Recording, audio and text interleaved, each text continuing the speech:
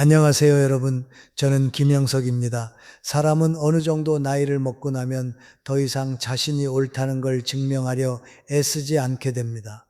그 자리에는 세월이 다듬어 놓은 몇 가지 생각만이 남아 그걸 천천히 솔직한 목소리로 꺼내게 됩니다. 그건 조언이라기보다는 그냥 하나의 마음을 건네는 말에 더 가깝습니다. 저는 한 사람의 일생을 살아오며 참 많은 가정을 만났고 부모와 자식에 관한 수많은 이야기를 조용히 들어왔습니다. 그리고 늙어감이 깊어지면서 한 가지를 깨닫게 되었습니다. 노년은 누구에게나 같은 모습으로 찾아오지 않는다는 사실입니다. 어떤 사람은 나이가 들수록 마음이 편해지고 얼굴은 부드러워지며 말투도 온화해집니다. 그러면 자녀와 손주들이 마치 쉬어갈 곳을 찾아가듯 자연스럽게 그 곁으로 돌아옵니다. 그런데 어떤 사람은 정신은 또렷하고 생각은 날카로우며 말도 이치에 맞는데도 세월은 무겁게만 흘러가고 가족이 곁에 있어도 마음은 고단합니다. 이 차이는 결국 돈이나 학력에 있는 게 아닙니다. 저는 아주 총명하고 평생 다른 사람을 가르쳐 왔으며 가정의 중심에서 논리로 세상을 바라보던 부모들을 많이 봤습니다. 그런데 어느 순간 그들은 자기 자식과 손주의 세계 속에서 오히려 이방인처럼 느끼게 됩니다. 반대로 말수가 적고 누구에게 대단한 가르침을 주지도 않으며 그저 미소를 띤 채 조용히 앉아 있는 사람도 있습니다. 그런데 그런 집은 언제나 따뜻합니다. 처음엔 그 이유가 자녀에게 있거나 시대 변화가 너무 빨라서 그런 거라고 생각했습니다. 하지만 오랜 시간 지켜본 끝에 저는 쉽게 인정하긴 어렵지만 한 가지 사실을 받아들일 수밖에 없었습니다. 노년의 외로움 대부분은 타인의 무관심에서 오는 게 아니라 우리가 스스로의 지혜와 사랑을 사용하는 방식에서 비롯된다는 점입니다. 만약 여러분이 스스로의 평온을 지키면서도 자녀와 사랑하는 사람들과의 연결을 유지하는 법을 배우고 싶다면 끝까지 함께 해주시기 바랍니다. 그 해답은 무언가를 크게 이루는 게 아니라 언제 조금 내려놓아야 하는지를 알아차리는 데 있습니다. 그리고 사실 우리 중 많은 사람이 바로 그 지점에서 조용히 실패하고 있습니다. 많은 사람들은 부모와 자식 사이의 거리감을 시대가 만든 피할 수 없는 결과라고 믿습니다. 사회가 너무 빨리 변하고 자녀들은 바쁘고 삶의 가치관도 예전과 같지 않다고 말합니다. 저도 한때는 그렇게 생각했습니다. 그러나 충분히 오래 살고 많은 가정을 지켜보면서 저는 점점 깨닫게 되었습니다. 그건 이야기의 겉면에 불과하다는 사실을. 진짜 거리를 만들어내는 건 삶의 속도나 세대 차이가 아니라 더 깊고 조용한 어떤 곳에 있습니다. 문제는 부모가 말을 너무 많이 하느냐, 자식이 너무 적게 듣느냐에 있지 않습니다. 문제는 우리가 말할 때의 마음의 자세에 있습니다. 경험 많은 사람의 위치에서 늘 잘못된 걸 먼저 보게 되고 고쳐주려는데 익숙한 마음으로 말을 하면 아무리 말이 부드러워도 그 이면의 에너지는 여전히 이끌고 통제하려는 쪽으로 흐릅니다. 자녀들은 그걸 아주 민감하게 느낍니다. 겉으로 반대하지도 않고 말대꾸하지도 않지만 마음속에선 스스로 한 발 물러서서 자신의 삶을 선택할 권리를 지키려 합니다. 제가 자주 떠올리는 비유가 하나 있습니다. 밤길을 걸을 때 등불은 우리가 넘어지지 않도록 도와주는 존재입니다. 하지만 누군가 그 등불을 너무 가까이에서 얼굴에 비추면 우리는 오히려 길을 볼 수 없게 됩니다. 부모의 지혜도 이와 같습니다. 제자리에 놓이면 빛이 되지만 너무 가까이 놓이면 상대를 숨막히게 합니다. 더 안타까운 점은 대부분의 부모가 자신이 너무 가까이 비추고 있다는 사실을 알아차리지 못한다는 겁니다. 그들은 그걸 사랑이라고 믿고 있으니까요. 그래서 자녀가 멀어지는 것만 탓한다면 우리는 결코 근본에 닿을 수 없습니다. 다시 던져야 할 질문은 왜 아이는 내 말을 듣지 않는가가 아니라 나는 아이 앞에 어떤 마음의 자세로 존재하고 있는가입니다. 그리고 아마도 무엇을 해야 하는지, 하지 말아야 하는지를 말하기 전에 많은 부모가 평생 동안 너무도 익숙하게 반복해왔지만 거의 이름 붙여진 적 없는 하나의 습관을 먼저 마주해야 할지도 모릅니다. 그 습관이 무엇인지, 왜 그것이 조용히 관계의 친밀함을 갉아먹는지 잠시 멈춰서 생각해 볼 필요가 있을 겁니다. 제가 먼저 말씀드리고 싶은 것은 부모가 아이에게서 조금이라도 미흡한 점을 보자마자 바로 고쳐주고 싶어 하는 경향입니다. 아이가 어렸을 때는 그게 많은 시행착오를 막아주는 데 도움이 되었을지도 모릅니다. 하지만 아이가 성인이 되고 나면 그 경향은 점차 보이지 않는 부담으로 변해갑니다. 저는 많은 부모들을 봤습니다. 자녀가 직장 이야기를 꺼내기만 하면 곧바로 잘못된 점, 부족한 점, 원래는 이렇게 했어야 했던 부분을 짚어줍니다. 부모에게 그것은 책임입니다. 그러나 자녀에게 그것은 늘 평가받고 있다는 감각입니다. 시간이 흐르면서 자녀는 더 이상 이야기를 하고 싶지 않게 됩니다. 부모를 싫어해서가 아니라 입을 여는 순간마다 다시 고쳐질 준비를 해야 하기 때문입니다. 그 결과는 즉각적으로 나타나지 않습니다. 그건 점점 짧아지는 전화 통화, 점점 더 두루뭉술해지는 대답, 그리고 두 세대 사이에 길게 늘어지는 침묵으로 서서히 드러납니다. 만약 여기에서 부드러운 전환이 있다면 그건 자녀의 몇 가지 실수가 그대로 있도록 허락하는 법을 배우는 것일지도 모릅니다. 우리가 보지 못해서가 아니라 어떤 배움은 아이가 직접 겪어야만 얻을 수 있다는 사실을 받아들이는 것입니다. 두 번째로 말씀드리고 싶은 것은 이른바 인생 경험이라는 이름으로 전해지는 말들입니다. 부모는 다 겪어봤다. 이렇게 말하는 건 다 너를 걱정해서다. 나중에 가면 너도 후회할 거다. 말하는 사람에게 그건 평생의 경험이 응축된 말입니다. 하지만 듣는 사람, 특히 자녀에게 그것은 하나의 닫힌 문이 됩니다. 그 말들 뒤에는 아주 분명한 메시지가 있으니까요. 너는 아직 충분히 알지 못하고 아직 충분히 성숙하지 않았으며 그러니 따라야 한다는 메시지. 저는 많은 자녀들을 만났습니다. 그들은 반박하지도 않고 논쟁하지도 않습니다. 고개를 끄덕인 뒤 조용히 자기 방식대로 살아갑니다. 다만 그 이후로는 인생의 중요한 이야기들을 더 이상 부모에게 가져오지 않습니다. 균열은 꾸중에서 시작되지 않습니다. 그건 동등한 위치에 설 수 없다는 감각에서 비롯됩니다. 여기서의 작은 전환은 단정하는 문장을 하나의 질문으로 바꾸는 데서 시작될 수 있습니다. 부모는 다 알아 대신 너는 어떻게 생각하니? 라고 묻는 겁니다. 아주 작은 변화이지만 그건 자녀가 숨 쉴 수 있는 공간을 열어줍니다. 세 번째로 말씀드리고 싶은 것은 자녀의 침묵입니다. 많은 부모가 그것을 효도라고 오해하는 침묵 말입니다. 자녀는 말대꾸하지 않고 반대하지 않으며 부모 앞에서 거슬리는 행동을 하지 않습니다. 하지만 마음속에서는 이미 물러나 있습니다. 저는 종종 이런 말을 하는 부모들을 봤습니다. 우리 아이는 정말 착해요. 저한테 한 번도 대든 적이 없어요. 그런데 정작 그 부모들은 아이가 잘 오지 않고 전화도 적고 이야기를 나누지 않는다고 하소연합니다.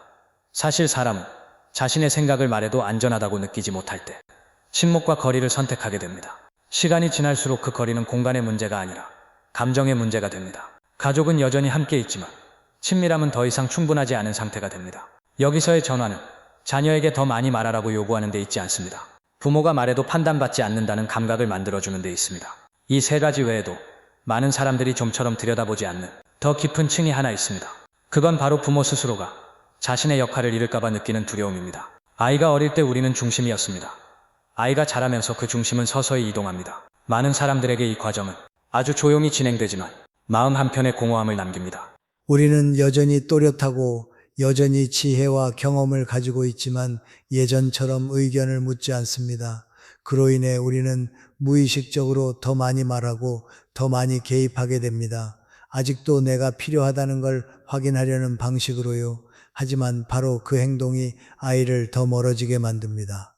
여기서의 부드러운 전환은 노년의 가치는 자녀의 삶에 얼마나 영향을 미치느냐에 있는 게 아니라 자기 마음 안에 평온을 지켜내는 데 있다는 사실을 받아들이는 것입니다. 제가 지금까지 말씀드린 모든 것들은 결코 큰 잘못이 아닙니다. 그것들은 아주 익숙한 습관들이고 매일의 대화 속에서 아무렇지 않게 반복되어 왔던 것들입니다. 하지만 바로 그 작은 것들이 세월이 흐르며 한 가정의 분위기를 만들어 갑니다. 그리고 시간이 지나 돌아보면 많은 사람들이 문득 깨닫게 됩니다. 사랑이 부족했던 게 아니라 다른 사람을 지치게 만드는 방식으로 사랑해왔다는 사실을요. 아마도 아이에게 무엇을 말해야 할지를 고민하기 전에 우리는 다른 한 가지 질문을 먼저 던져야 할지도 모릅니다. 우리를 가장 아프게 하는 게 과연 아이가 말을 듣지 않는다는 사실일까요? 아니면 내가 점점 필요 없는 존재가 되어 가는 것 같다는 감각일까요? 만약 그것이 사실이라면 우리는 무엇을 그렇게 꽉 붙들고 있는지, 그리고 마음을 조금 더 가볍게 하기 위해 조금 내려놓아도 되는 것은 없는지 스스로에게 물어볼 필요가 있을 겁니다. 나이가 들수록 점점 말로 꺼내기 어려워지는 감정이 하나 있습니다. 그건 조용한 후회의 감정입니다. 어떤 큰 잘못을 저질렀다는 후회가 아니라 옳다고 믿으며 너무 많은 것들을 해왔다는 데서 오는 후회입니다. 저는 자녀 이야기가 나오면 갑자기 목소리가 가라앉는 사람들을 적지 않게 봤습니다.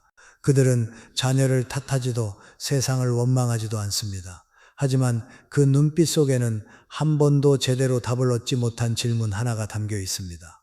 왜 시간이 지날수록 관계는 이렇게 멀어져 버렸을까 하는 질문입니다. 어떤 이들은 마음속에 아주 미세한 원망을 품고 살아갑니다. 너무 미세해서 본인조차 알아차리지 못할 정도의 원망입니다. 평생을 희생해왔다는 데 대한 원망, 걱정해서 나온 말들이 받아들여지지 않았다는 데 대한 원망, 그리고 자녀의 삶 바깥으로 밀려난 것 같은 감각에 대한 원망. 하지만 그 원망은 폭발하지 않습니다. 조용히 그 자리에 머물며 외로움과 섞이고 서서히 피로로 변해갑니다. 그리고 오랫동안 쌓인 피로는 제대로 마주하지 않으면 주변에 가족이 있어도 사람을 스스로 다치게 만듭니다. 저는 종종 이런 장면을 떠올립니다. 어떤 사람들은 모든 것이 무너질까봐 두려워 평생 줄을 꽉 쥐고 살아갑니다. 하지만 그들은 자신이 너무 세게 쥐고 있는 손 때문에 그 줄이 팽팽해져 아무도 가까이 오지 못하게 되었다는 사실을 알아차리지 못합니다. 여기서 말하는 내려놓음은 자녀를 포기하는 것도 아니고 무관심해지는 것도 아닙니다. 자녀의 길이 더 이상 예전처럼 우리의 손에 이끌려야 할 길이 아니라는 사실을 인정하는 용기입니다. 그리고 그 손을 펼쳤을 때 비로소 잡히는 게 있습니다. 억지로 붙들었던 이름이 아니라 아주 자연스러운 돌아옴을 얻게 되기도 합니다. 많은 사람들은 내려놓는 걸 두려워합니다. 내려놓는 게 곧 약함이라고 생각하니까요. 하지만 충분히 오래 살아보니 저는 그 반대라는 걸 알게 됐습니다. 마음이 단단한 사람만이 내려놓을 수 있습니다. 더 이상 자신의 역할을 증명할 필요가 없을 때 그제야 우리는 자녀 곁에 가볍고 편안한 존재로 머물 수 있습니다. 그리고 어쩌면 자녀에게서 무엇을 바꾸려 하기 전에 우리는 먼저 스스로에게 물어야 할지도 모릅니다. 내 마음속에는 아직도 그렇게 꼭 붙들고 있는 게 무엇인지, 그리고 그것을 조금 내려놓아 본다면 두 세대 사이의 공간은 과연 달라질 수 있을지. 거리감이 생긴 이유들을 되짚어보고 나면 아마 많은 분들이 이런 질문을 하게 될 겁니다. 그렇다면 결국 이 나이에 우리는 무엇을 알 수 있는가? 그 답은 자녀를 바꾸는 데 있지 않고 아주 작고 일상적인 것들, 바로 자기 자신으로부터 시작되는 데 있습니다. 첫 번째로 실천할 수 있는 것은 필요할 때 침묵하는 법을 배우는 겁니다. 그건 불만 때문에 침묵하는 것도 아니고 포기해서 침묵하는 것도 아닙니다. 자녀가 스스로 말하고 스스로 생각하고 스스로 결정할 수 있도록 자리를 내어주는 침묵입니다. 자녀가 이야기를 할 때 한 번쯤은 끝까지 온전히 들어보세요. 말을 끊지 않고 고치지 않고 서둘러 결론을 내리지 않는 겁니다. 많은 경우 자녀가 필요로 하는 건 해답이 아니라 부모 곁에서 방어하지 않아도 된다는 감각입니다. 두 번째는 조언을 질문으로 바꾸는 겁니다. 이렇게 해야 한다라고 말하는 대신 무엇이 고민이니? 라고 물어보세요. 열린 질문 하나가 부모의 지혜를 깎아내리는 게 아닙니다.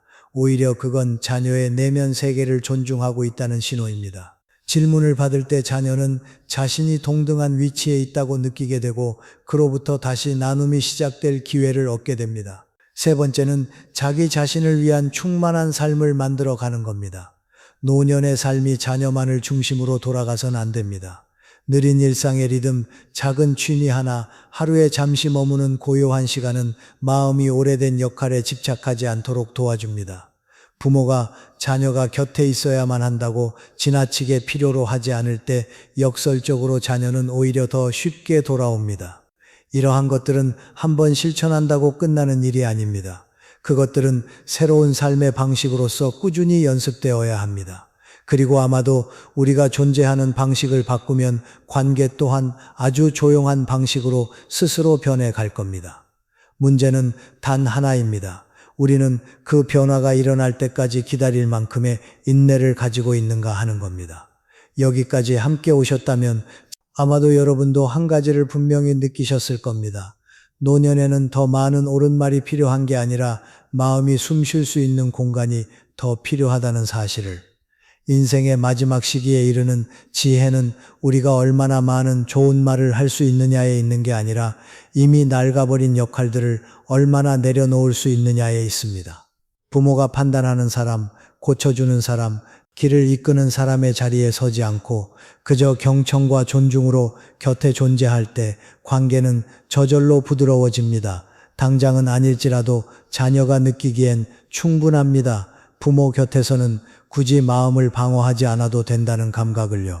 이 말들이 여러분의 마음에 닿았다면 아마도 여러분의 마음속에도 이와 비슷한 하나의 고요한 공간이 있기 때문일 겁니다. 약간의 깨달음, 약간의 아쉬움, 혹은 그저 아, 그렇구나라는 느낌일지도 모릅니다. 원하신다면 오늘 우리의 대화를 마무리하는 의미로 댓글에 아주 짧은 감사의 말을 남겨주셔도 좋겠습니다. 그리고 계속해서 함께하고 싶으시다면 채널을 구독해 주세요. 그래야 우리가 가족의 삶 속에서 너무도 익숙하지만 자주 놓치고 지나가는 것들에 대해 조금 더 깊이 함께 걸어갈 수 있을 테니까요. 노년이란 결국 자신의 가치를 증명하는 시간이 아니라 평안을 지켜나가는 시간입니다. 우리가 가벼워질 때 자녀는 돌아올 자리를 찾게 됩니다. 그리고 아마도 우리 각자에게 남는 질문은 이것일 겁니다. 가장 가까운 관계들 속에서 지금 당신을 가장 지치게 만드는 것은 무엇인가요? 그리고 만약 그것을 조금 내려놓아 본다면 모든 것이 달라질 수 있을까요?